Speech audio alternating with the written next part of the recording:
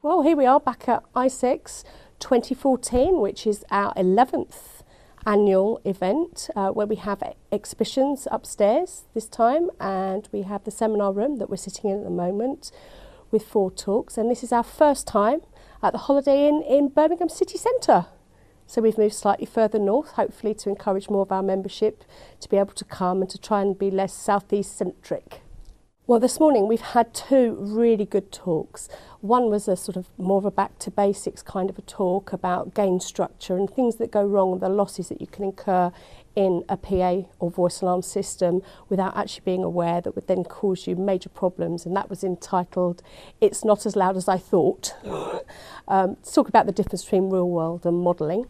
And the second talk we had was from Edinburgh University PhD student who's just finished her thesis, which was a superb collation of data about how to improve speech intelligibility by applying different algorithms, by accentuating certain words, slowing down certain words.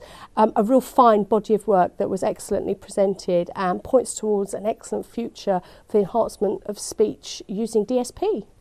So for the last couple of years we've seen trends around digital networking and things, and this year we don't have a paper on that, although we have plenty of interesting AV networking products upstairs being shown to the industry. This year we are looking very much at systems, intelligibility and loudspeakers seems to be the theme this time round.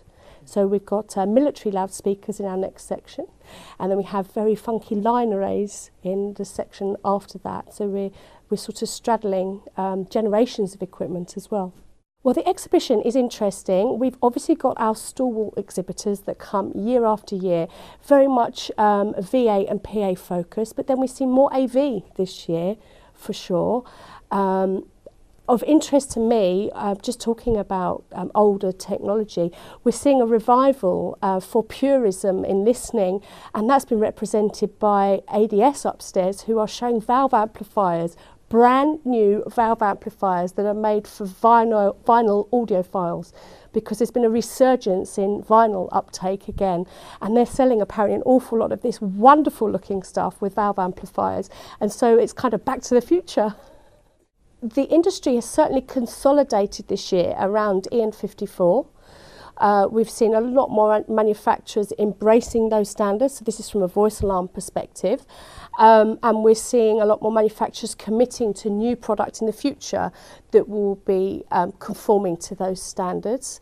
And from an overall industry perspective, I think it's fair to say that the green shoots that we spoke about last year are certainly starting to bear fruits. We're seeing the effect of public spending with the large public projects that are coming online really starting to help our industry get back onto its knees domestically, because many of us have been doing a majority of our work overseas over the last sort of 4 or 5 years, and to start working back on this little island I think is a nice relief. We have 2 trusts that live within the Institute of Sound and Communication Engineers. One of them is the Alex J. Walker Memorial Fund, which is for education, so people can apply if they can't afford education fees to come on courses or to take up further or higher education courses. That's what the trust's there for. And the other one is the old APAE, which is the Public Address Benevolent Fund for people within the industry who have maybe fallen on hard times. And so those trusts have always been there, and they're very well administered, and obviously there is investments that recoup year on year, but we want to start putting money into those trusts regularly so that they're there for future generations.